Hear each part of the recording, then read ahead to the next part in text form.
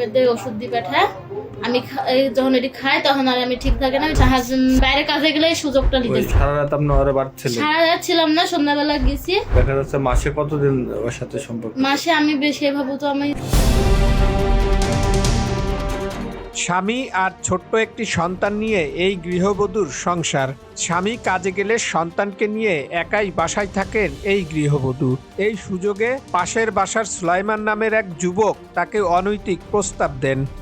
আমার হাজবেন্ড বাইরে কাজে গেছে, বাইরে কাজে যায়, মানে বাইরে কাজে গেলে এই সুযোগটা নিতে। সম্পর্ক কার সাথে? নাম কি? সুলাইমান নামের ওই যুবকের অনৈতিক প্রস্তাব ফিরিয়ে দিলে সে তার পিছে লেগে থাকে। এই নারীকে তার শয্যাসঙ্গী করার জন্য কৌশল অবলম্বন করতে থাকেন। তাহলে মানুষজনই ছিল, আমি বললো ভাই শুনে বলছে এখন শোনার কোনো ইয়া নাই, পরে কথা বলছি বলে বাড়ির দরজা ভিড়ে দিল। তাও আমি জোরকে ডাকনো এখন হলো লুকে থাকো। সন্ধ্যাবেলা বাড়ি ভাড়া দেখেছি, সন্ধ্যাবেলা বাড়ি ভাড়া দিবে 4,500 টাকা মাসে নিবে। চিন্তা করা লাগবে না। শুরুতে এই নারীর কাছে ক্ষমা চান, তারপর ভালো সম্পর্ক গড়ে তোলেন। মাঝে মধ্যে তার সন্তানকে এটা সেটা কিনে দিতেন।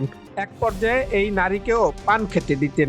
মূলত সেই পানের সাথে থাকতো যৌন উত্তেজক ওষুধ। কিছু সময় পার হলে এই নারীকে আবার উত্ত্যক্ত করত। ওই দিনই জোরপূর্বক শারীরিক সম্পর্ক করতে বাধ্য করেন সুলাইমান। আমার হলো ব্যাটার হাত দিয়ে হলো পানের মধ্যে ওষুধ দিয়ে পাঠায়। আমি যখন এটি খাই তখন আর আমি ঠিক থাকে না, আমি দেখলে তখন আমি চলে যাই। আর যখন আমার ইয়া হয় তখন হলো আমাকে বলে হলো ইয়া তুমি যদি বাইরে তোমার বেটা খেলি বেড়া, তুমি যদি কাহো কিছু বলো তাহলে তোমার বেটা আবার কিছু খাওয়াই দিব। এভাবে কিছুদিন গেলে গৃহবধূ বুঝতে পেরে সুলাইমান পান দিলে তিনি আর খেতেন না। দেখা যাচ্ছে মাসে কতদিন ওর সাথে সম্পর্ক? মাসে আমি বেশি ভাবো তো আমি জিনিস আনি দিলে আমি খাই না। আমি একাদিন খাই, একাদিন আমি কাহো দিদি। আর নাহলে পান্ডা ভাবো থাকি তো একাদিন। আচ্ছা, পান খাওয়া?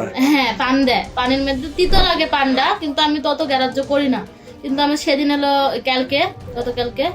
গতকালকে আসছে হেনাতে, সকালবেলা থেকে এই অবস্থা হয়েছে। তিনি অভিযোগ করে আরো বলেন, গত দুদিন আগে পাশের বাড়ি বিয়ের অনুষ্ঠান হওয়ায় তার স্বামী সেখানে গেলে সুলাইমান আবার এসে তাকে জোরপূর্বক লালসা মেটান। কবে এটা গতকালকে পরশু রাতে, মানে কালকের আগের দিন রাতে সন্ধ্যাবেলা, বেশি রাত্রেও না, মানে ওখানে একটা বিয়ে চলছে, ওখানে বিয়ের ইয়াতে সবাই ব্যস্ত আছে। ওখানে সারা রাত আপনি ওরে বাড়ছিলেন? সারা রাত ছিলাম না, সন্ধ্যাবেলা গেছি কিছুক্ষণের জন্য। এই গৃহবধূ বলেন, শুরুতে তার স্বামী বিষয়টি বুঝতে পারেননি, কিন্তু কিছুদিন পর তিনি বারবার ওই ওষুধ খাওয়ার ফলে অসুস্থ হয়ে পড়েন। কেউ বুঝতে পারেনি, আমারই মানে একটু সমস্যা হয়ে গেছিল সেদিন। আমাদের কিছু হয়নি, এটা হলো ইয়া সাথে সাথে আমার বমি হয়ে গেছে। মানে পানের সাথে? হ্যাঁ, পানের সাথে আমাকে দেয়, এরকম 2-3 বার দিছে। তিনি আরো অভিযোগ করে বলেন, সুলাইমানের ফোন না ধরলে এবং তার কথা না শুনলে ছেলেকে কিছু খাইয়ে দিবেন বলে ভয় দেখাতেন। আমার একটা বড় ভাসুরের ছেলে আছে, ওকে ডাকলেও বলবে, উনি মিথ্যা কথা বলবে না। ওকে যখন আমি ফোন ধরি না, এক সময় বুঝতে পারি যে এরকম কিছু বলতে পারে বলে আমি ফোন ধরি না, তখন আমার ওই ভাসুরের বেটা বলেছে ফোনটা ধরতে বলে। তখন এসে বলে ছোটামু কিসের লেগে ফোন ধরতে বলছে, ফোন ধরতে বলছে। তা আমি ফোনটা ধরি না। বাইরে তো আমাকে যে কারণেই হোক, আমার ছেলে বাইরে খেলি বেড়ায়, আমাকে তো বাইরে বেড়ানি লাগবে, আমি বাইরে যাই। তখন বলে যে ফোনটা কেন ধরো না। মানে ফোন না ধরলে বা উনি ডাকলে না গেলে আপনার মানে ছেলে কোনো কিছু খাওয়াবে এরকম ভয় দেখায়? হ্যাঁ, ভয় দেখায়। এক পর্যায়ে সুলাইমান তাকে বিয়ের প্রতিশ্রুতি দিয়ে বারবার শারীরিক সম্পর্ক করতে থাকেন। আপনাকে তো বিয়ের প্রতিশ্রুতি দিয়েছে আর আগে? হ্যাঁ দিয়েছে, বলেছে হলো বিয়ে না, তোমাকে তো বিয়ে করলে হয়। মানে বিয়ে করবো বলে আপনাকে প্রলোভন দেখাইছে যে এগুলো শারীরিক সম্পর্ক, সেই তো? এবং তিনি বলেন, সুলাইমান তাকে বিয়ে না করলে আত্মহননের পথ বেছে নেবেন। এর জন্য আমি হলো আমার বেটা। এখন আপনি কি চাচ্ছেন? এখন আমি চাচ্ছি বিয়ে করতে। মানে আপনার তো যাওয়ার কোনো জায়গা? আমার কোনো জায়গা নাই, কারণ আমার হাজবেন্ড লিবে না আমাকে। এখন আমার হাজবেন্ড লিবে না। আমি সামান্য আমার বাচ্চাকে দেখতে চাইছি, তাই আমাকে দেখতে দেয়নি আমার বাচ্চা।